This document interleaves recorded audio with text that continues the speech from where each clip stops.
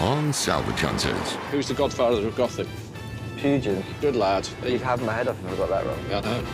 Drew is joined on the road by a chip off the old block, his 23-year-old son, Tom. Said these added. Yes. Later date. Correct, well done. Well, Good, isn't it? In Cheshire, he finds it's not just Tom he's educating, and the next generation still have a lot to learn. It's a fake, unfortunately. What makes you know that that's a fake? Everything. I'm only just starting to realise that I'm now become an old fart in the antiques business. At a flea market in Somerset, Drew shares the secrets of his success after 30 years in the business. what do you think? I'm not sold on him. I think it's a bit ugly. I think it's saleable. Ugly's good, you know I like ugly Ugly things. is good. And how to buy at the right price. Are they good? Yeah, they are. Can you make a profit, yes or no? Can you get 120 for it? Yeah, probably. Yeah, sold. But sometimes it's Drew who's still a child at heart. I think our collection of model cars might rival this. I'm not buying anything I can sell today. That's going to a very loving new home. Drew Pritchard is one of Britain's leading decorative salvage dealers. Whoa, this is great. What a wonderful house. He's on a hunt for weird and wonderful objects. I'm like that. Oh, it's a stonker and it's really beautiful. It's a brilliant piece of engineering.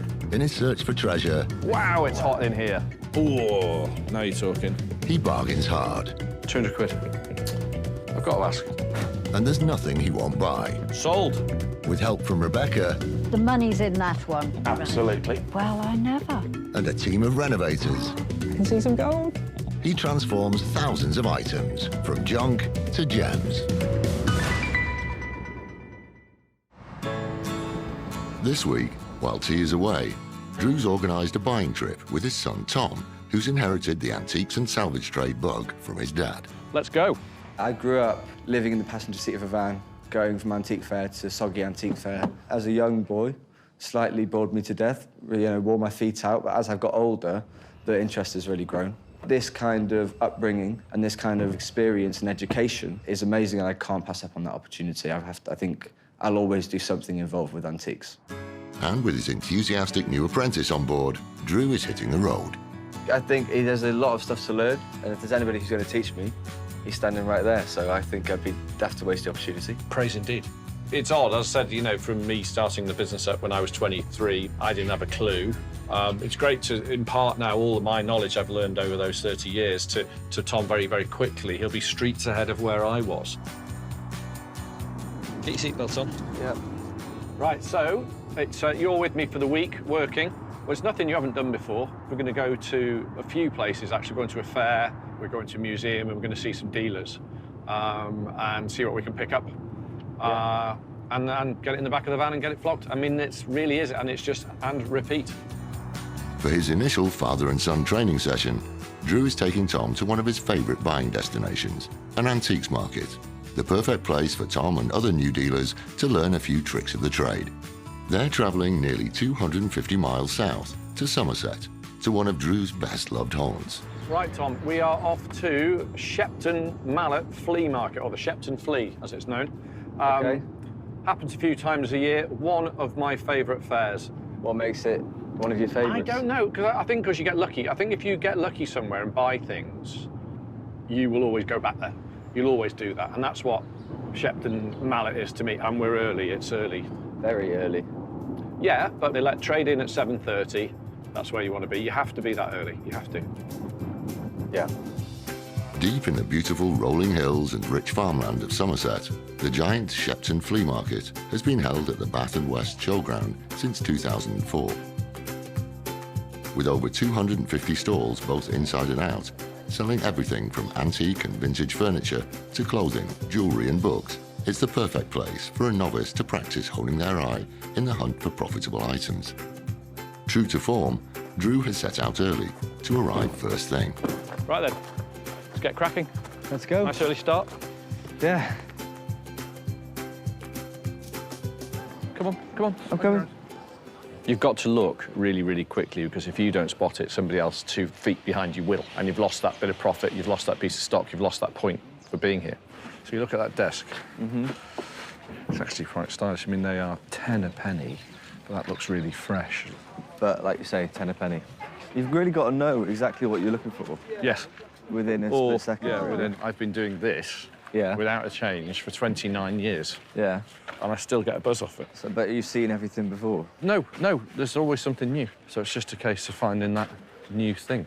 You just never know when it's going to jump out and hit you. How do you decide what you're going to buy? You just know. Hello, mate, how are you? Nice boot scraper and that copper bath you see in the front. Yeah, the boot scraper's nice. Yeah. Can we pull it out and have a look at it? We haven't been wandering around long, it's like 10 minutes in, and then see some old friends. And he says, oh, have a look at this in the back of the van. And he's got this cracking boot scraper. What I like about it, two things. Yes, number one, it's in the stone. And then the second thing, scale. It's a nice big one. And people like these. If you're building a house, it's a great thing to put outside. Nothing is more useful after a long, muddy country walk than a good, sturdy boot scraper. At 37 centimetres wide, this one is hand-cast in iron, with its original lead mounting intact. Set into a hefty slab of York stone, it's Gothic revival in style, which dates it to around 1870. It could be worth around £500. So how much was that one again? 340. I'll take that. All right. Please. I like him. To you, Drew, straight free, that's it, finished. 300 quid. Yeah. What do you think? I'm not sold on him. Next thing, you can't ignore it, is this wonderful composition stone bulldog. It's not very old, 50s, 60s, maybe even later. Doesn't matter. It's got that great, funny, funky look. We'll make more profit on the bulldog, and it'll sell quicker. The little dog at 300, I'll take him as well, please. All right, we'll be back later. Yeah, OK, good. See you later. Cheers. Thanks for that. Today's a bit of learning how to really quickly spot what's good and spot what's not good, you know, where to spend your time, following Dad around, seeing how he does it, really. I think we should go inside. So much. People have spent a little bit more money to be in here. They generally have slightly better things. We've just got to keep going around and round and round and round. These quite a good. Yeah, I was just looking at him. See the two there, the male and female there.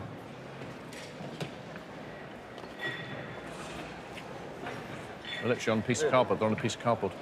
Wow. Aren't they good? Yeah, they are. I was literally just looking at them as you were having a chat before. How much are these, Paul? For the two, 220. On cardboard. I know. Amazing. And that one. Incredible. She's the one. Yeah. It's just that one. It's just that one, really, Paul. 80 quid, that's it. Can you sell it? What can you get for it? He's my son, so I'm teaching him. It's my son, Tom. Paul, Tom. Nice to meet you. What can you get for that? You don't have to make a fortune, you just got to make a profit. Can you make a profit, yes or no? Can you get 120 for it? Yeah, probably. Yeah, sold. Thank you very much. Thank you. Thank you, Paul. It's just got something about it. It's painted on a piece of cardboard off a cardboard box. That's got a real charm to it. We're going to do nothing. We won't frame it, we won't clean it, we won't put anything on it. Just sell it as it is. We'll be back later on, yeah? Thank you, mate. That's great. Would you go back in there and would you buy it again? Yeah. And £80, you make 40 quid. That's fine. Yeah. Just do it 10 times. Good spot. Excellent, yeah. Yeah? That was the right thing. You were looking at the right thing. Yeah.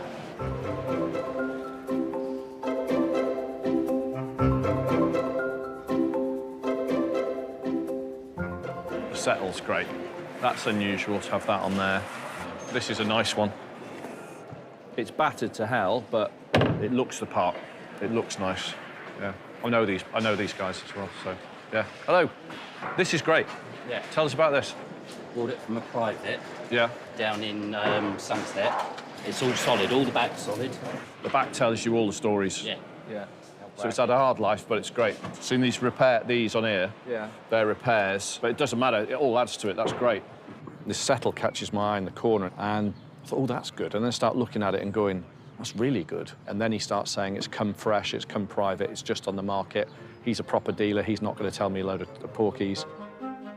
Originating in Europe in the 10th century, settles were originally large storage chests with elements added on to make it adaptable as a seat, a bed or a table.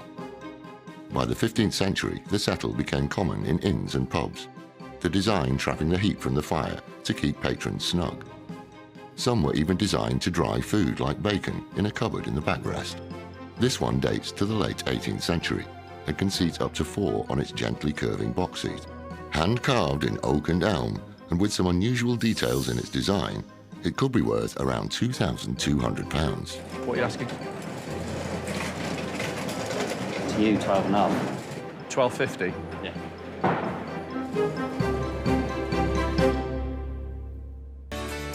Drew is in Somerset, teaching his son Tom, a budding dealer himself, the basics of the trade and how to make the most of an antiques fair. Come on, I'm coming.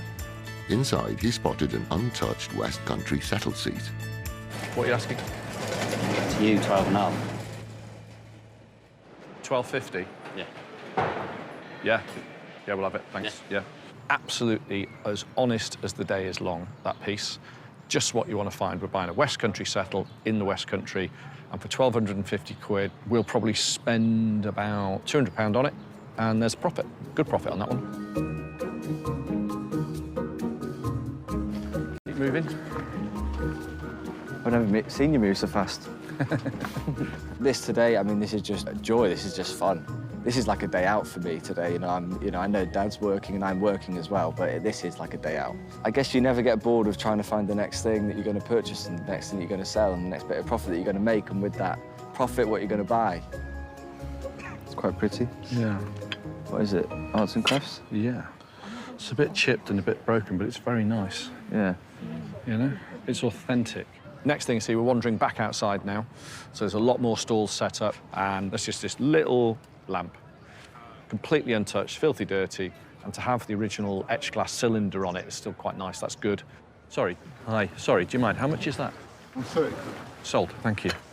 With a little bit of work and a little bit of cleaning, that's about 120, 140 for that. We'll drop a wire through it with a bulb holder, clean the glass properly, you know, get it to as good as it can be, saleable, honest as the day is long as again.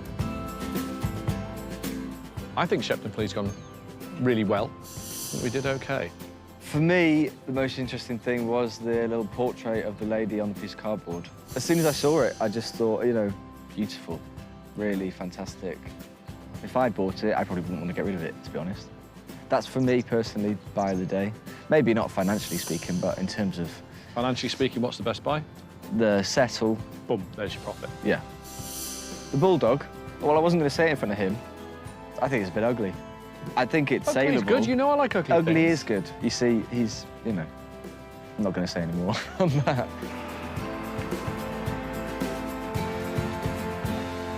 Shepton Fleet, what do you think? Good. What a You day. enjoyed it? It's Yeah, good, wasn't I love that. So you're 23. Yeah. So the first time I went to an antique fair and sold, I was 23 years old. Green as you like, didn't know what I was doing, had absolutely no experience at doing fairs at all.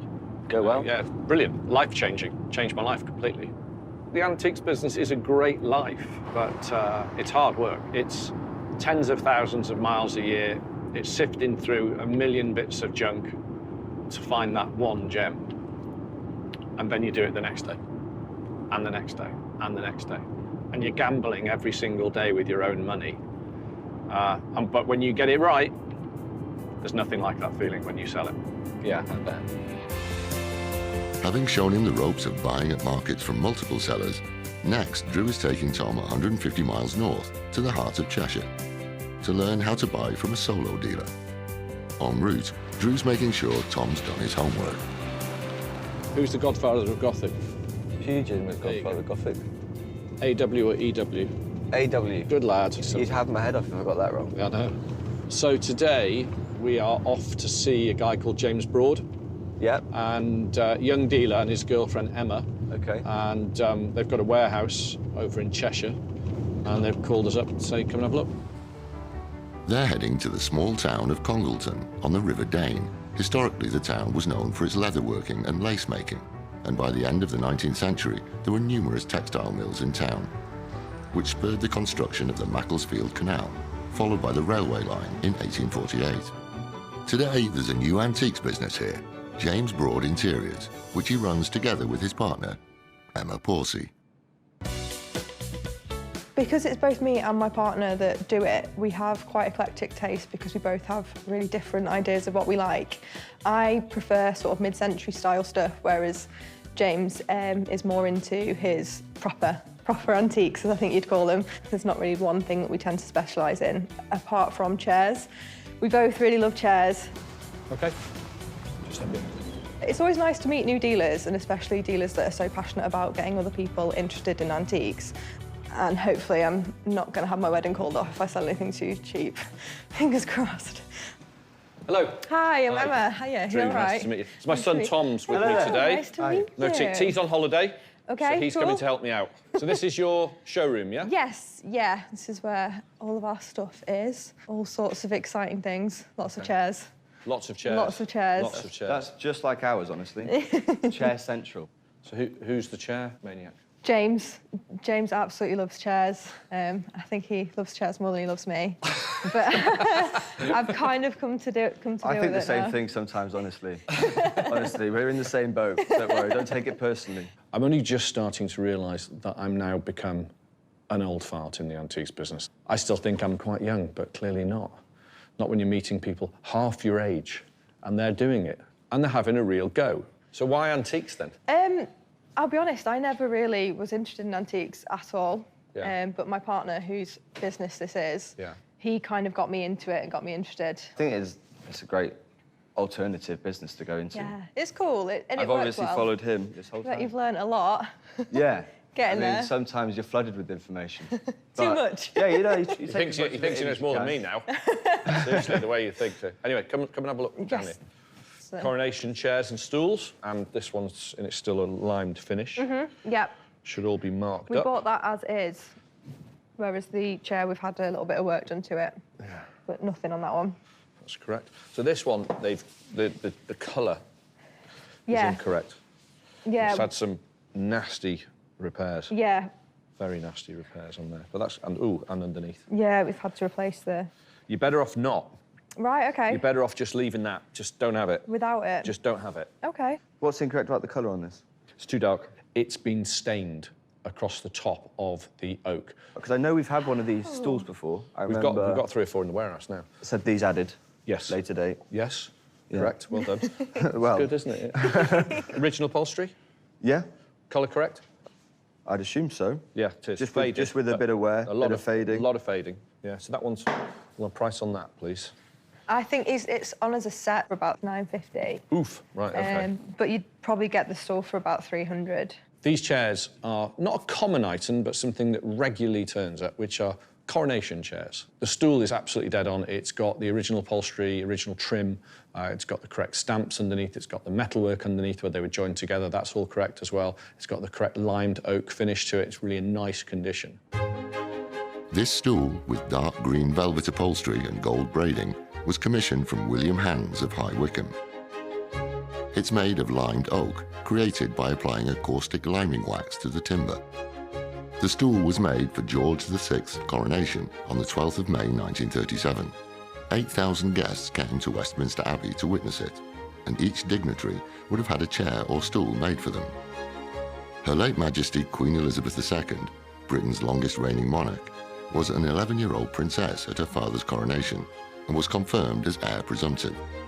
With its regal provenance, this coronation stool could be worth up to £550. These were used on the day of the coronation. That's what they were for. And like most coronation chairs, you were given the option to buy the chair afterwards. And these things become quite valuable if you do the right thing with them. Stool. He would split them. How much He's for the stool happy to alone? split them. So for the store, I think it'd be about $310. Can we just round it off at 300 quid? It just sounds odd at 310. Yes. Just easier for my maths. Nice. So the chair, non-starter. The stool, I do want to buy, so we do it at 300 in the end. Fine. I've got some more of those, and we'll keep collecting them. The little elephant table, do you want to pull that? Do you check? There you go. Do your due diligence on that table there, Tom. Okay. It's had a couple of the bolts replaced from the bottom, Yep. but all the ones connecting the elephant, the trunks to the top, seem to be original. OK. Any breaks or damage to the legs? I haven't had a look at that yet. Top's okay.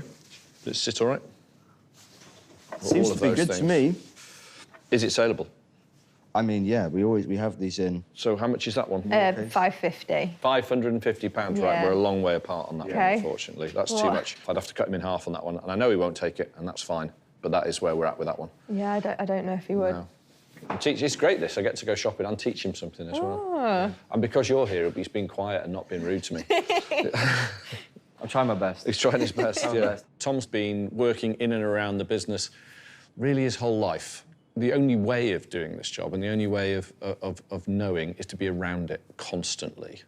Anything else catching your eye? I think that brass, is it brass or, I'm guessing it's brass, bronze lamp over here. Yeah. With the turned... Is it of the right quality? It's a real mishmash of lights in here. It's quite hard to Yeah, get around. yeah, Don't weird. knock anything over or you bought it. It's got nice feet on it. Is it right? Seems to me to be. So it's a converted candlestick, altar candlestick. Yeah.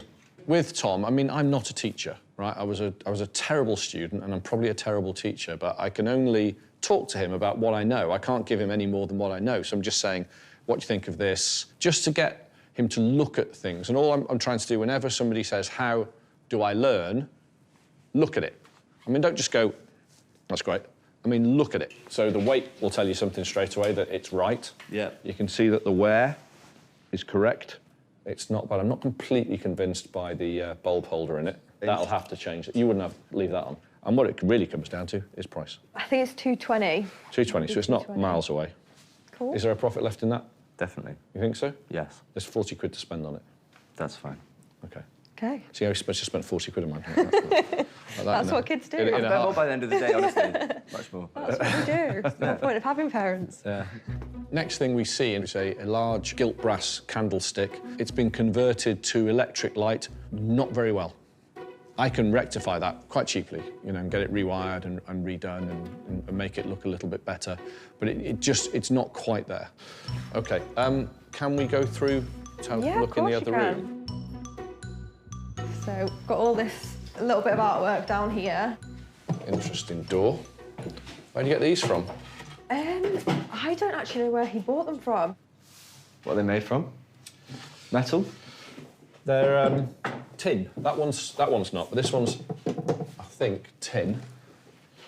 Could be a coach panel. It's been just covered in... I don't even know. But I like the texture. I like the way it feels. Like the texture, we've got to make sure it's not a fake. Yeah. Can I take it through to the Yeah, light? of course we can. Yes. Have a look. Because it's that good, it's too good. Yeah. If you know what I mean.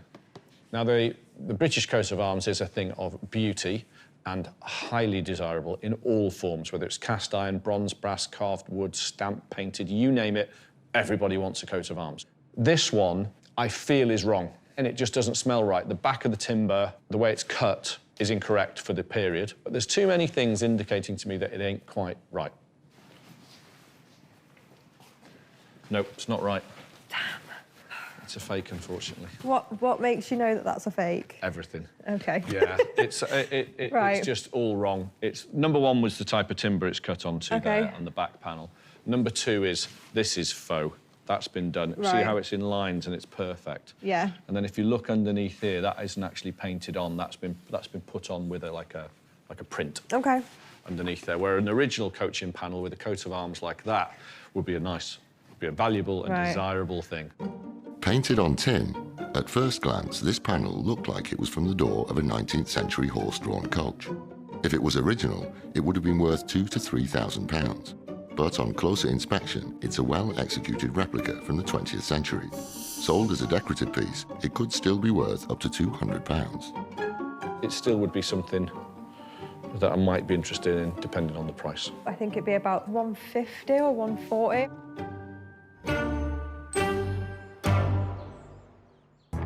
Drew has taken his son Tom on a trip to Cheshire to learn more about the trade. I bet you've learnt a lot. Yeah. I mean, sometimes you're flooded with information. Too But- much. Yeah, you know. He thinks he knows more than me now. He spotted what he's convinced is a replica of a coaching panel from a horse-drawn carriage.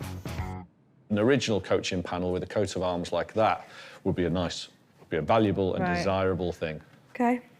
But it still would be something that I might be interested in, depending on the price. I think it'd be about 150 or 140. Yeah, just looking at this, it's just driving me crazy now. It's like as if they've got half an original idea and then sort of gone over it, and bits of it are too good not to be. But the amount of goo they've chucked over the top of it is a little bit unrealistic. And this protects it from weathering. Yes, Right. but they're usually, as well, on a tin. So you think, well, it could have been a door because it's got elements down there, but the way the timber is cut as well is incorrect. I'm looking at this thing and thinking, what a fantastic looking piece just as a decorative item, but is it right? No. But there's so many things about it that look right, so it's really quite good. It's got enough going for it just as a decorative piece. Yeah. I'm just being too Cautious. I'm being too cautious, too picky. Okay. I'll have it. Yeah? Yeah. 140? 140. Brilliant. Thank you. I recently bought something very similar, which had the same feeling to it, a real good thing, but it was faux. And it took me ages to work out what it was, and it was from a film set. And I've got a feeling that's what this is from. But it's a fabulous piece of wall art. As a decorative item, it's fine to buy it, but don't be under any illusion that it is what it is, because it isn't. Right, so, on the van, please, sir. Absolutely. Yep, sure thing. Thank you, Emma. No problem. Very nice. Thank you. Today's been good fun, coming out for the day with my son.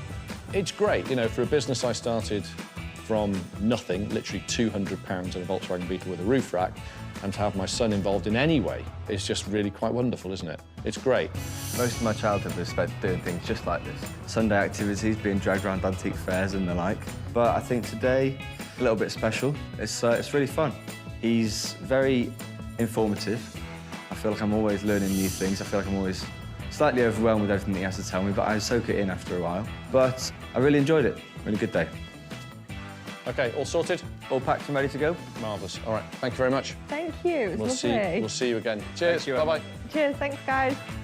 Today's been great. I've had loads of fun and I've definitely learned a lot, so hopefully I can take that forward in the future. Good day? Yeah? That panel, the coat of arms. Yeah. So what do we get it for? 140 pay? Yeah. So you can double that, I'd say almost. 280, no. 250? No, less. Less, you need to be, bought for 140, you need to be able to let that go at 180. You do, Tom. You know, if you can get 200, great. Yeah. If somebody offers you 180, you take it, okay? But all in all, an interesting call, a good call, another connection. For their final visit, Drew is taking his son 100 miles further north, to the Lake District. After falling in love with their collection on his last visit 10 years ago, Drew's returning to Lakeland Motor Museum.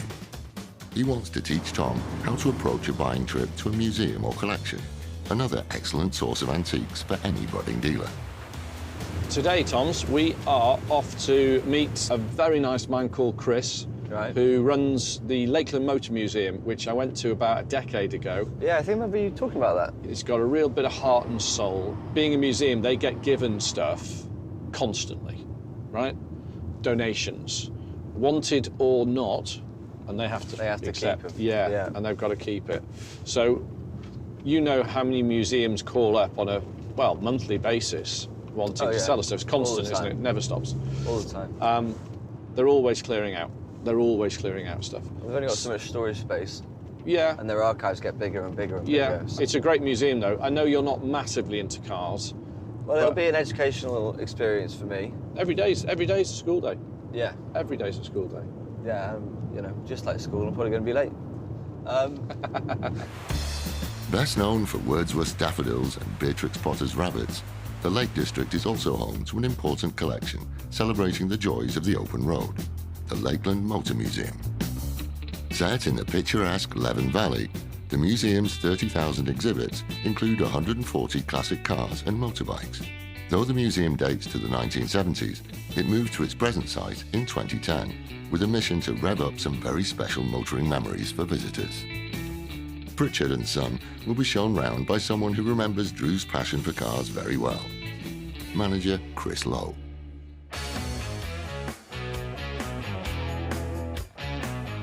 I have a feeling if we chopped him in half, he's got Volkswagen or Porsche written through him. I've never met Tom before, but I'm sure they'll have a nice look round, and I'm sure there'll be a few things of interest for them. Nice. There you go. Chris. Nice to see you. you How you doing? again. You all right? Welcome back to Lakeland Motor Museum. Thank you very much. Thank you very much. This is my son, Tom. Nice to meet you, Chris, Tom. hi, how you doing? He's come along for the day. He has witnessed all my sort of petrol head. Have you passed it down? To an extent. Maybe just not as emphatic. I'll set you on the way around. We'll see how far it's... Don't be too harsh on me. Yeah. Come on in. Let's go and have a look. He should know some bits, to be honest with you, shouldn't you? Yeah. you remember the motorbike that fell on your Uncle Guy? Yeah. One of those. Yep. He's always said I'm never allowed one, so... He's never allowed a motorbike. Yeah. No. We'll see. If he gets a motorbike, I'll bury it. Oh, now you're talking. Yes, please. What is that? That is a Messerschmitt. It's a Messerschmitt. Great car. Among the classic cars, several of the exhibits pay tribute to another father and son duo, speed legends Malcolm and Donald Campbell, who both broke records on land and water. You know, like you're not allowed motorbikes? Yeah. He wouldn't let his son have anything to do with racing. So he sold off his car and his boat and left the money to Donald. So Donald bought back the car and the boat. Father Malcolm Campbell broke the land speed record in his famous car, the Bluebird, in 1935. Over 30 years later, in 1967, his son Donald Campbell broke the water speed record in his boat, also named Bluebird. But whilst attempting another record on nearby Coniston Water, he tragically crashed and died. Is that part of the boat? Yes, it's part of the wreckage that was brought out to Coniston Really? in 1967. And that's Chris a model just of the said. boat there.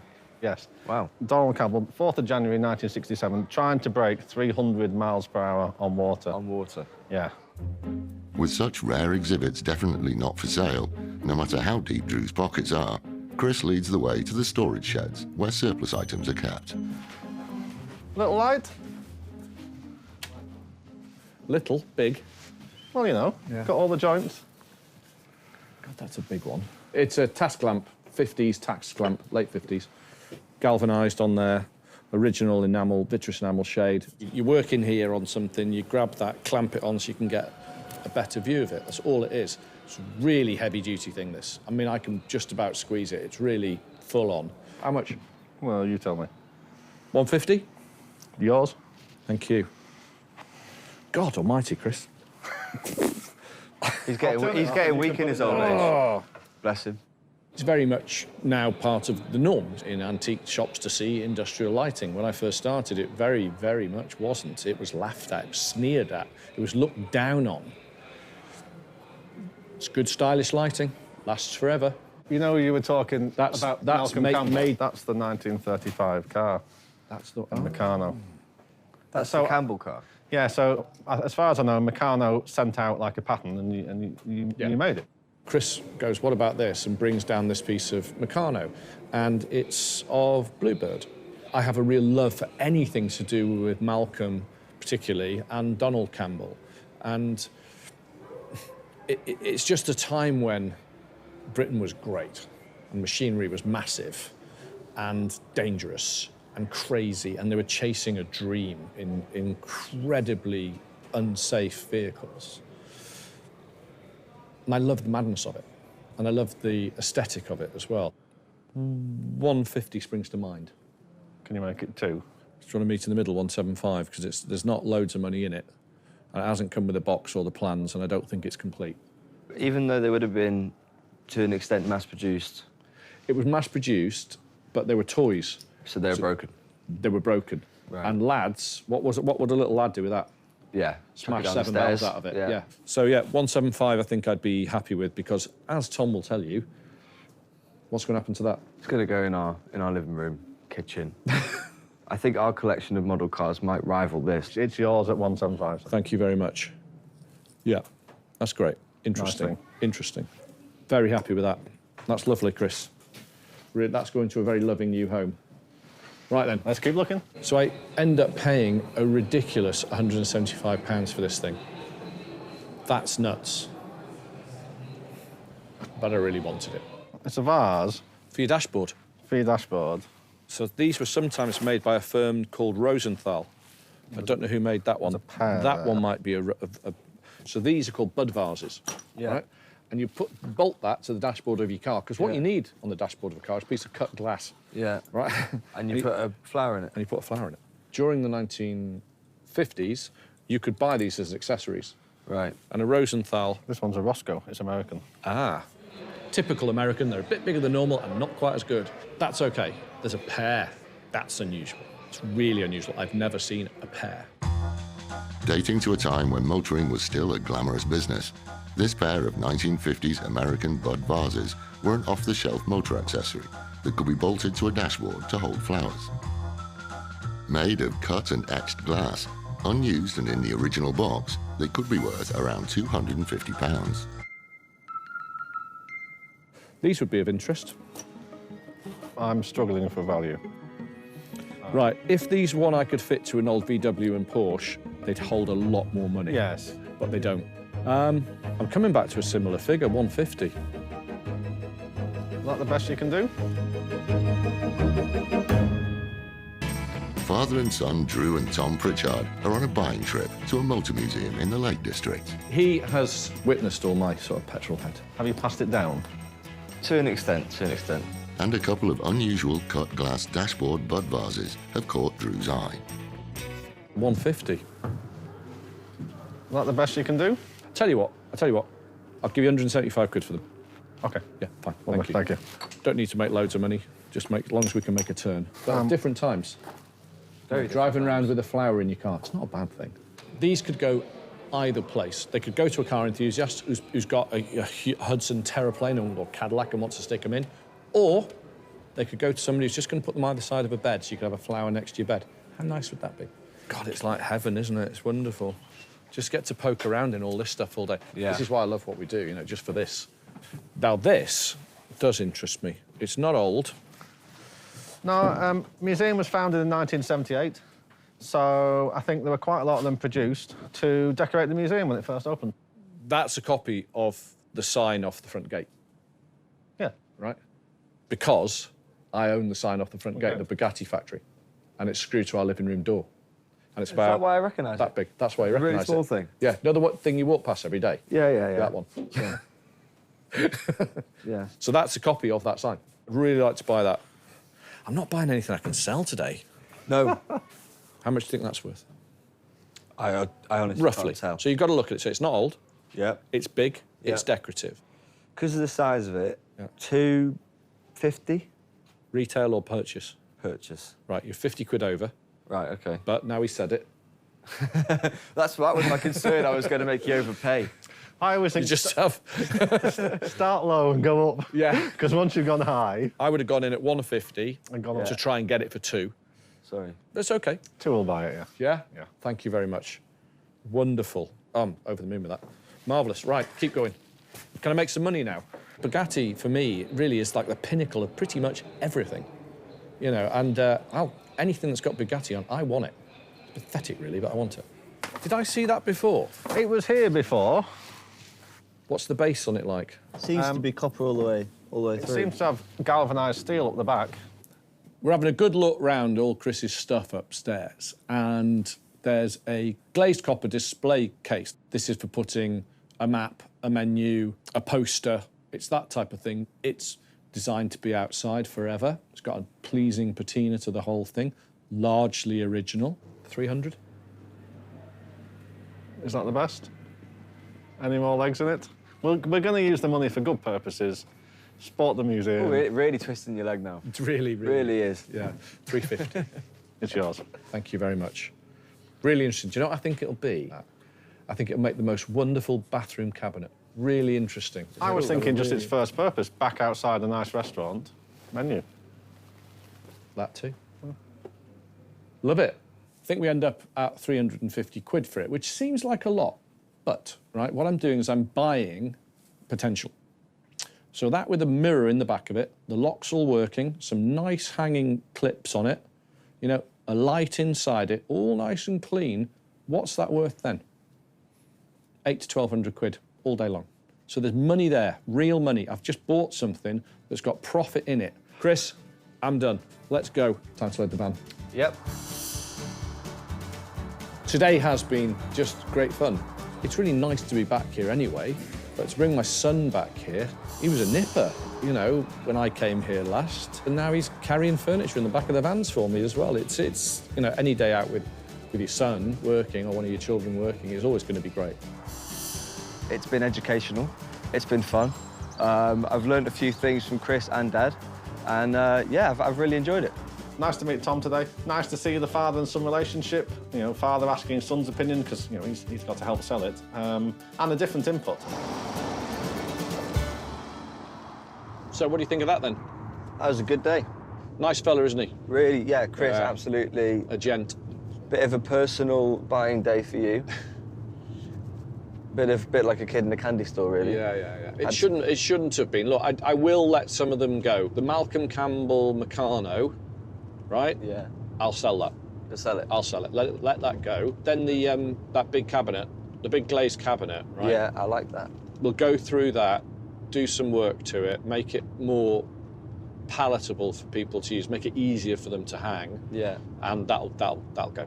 No, you've done well. You've covered your own expenses for the day. Yeah. Intrigued by Drew's purchase of the Meccano car, Rebecca has come to Brighton to find out more about it.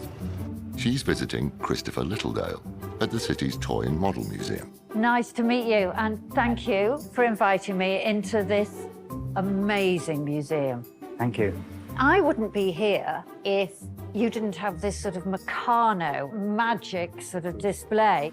So can you tell me the history behind Meccano? Well, Meccano was started by Frank Hornby. Famous name, of course, known by the trains, but he was the man who produced or invented Meccano before the turn of the last century, so going before 1900. And it was Christmas time, and he wanted to find a present for his children.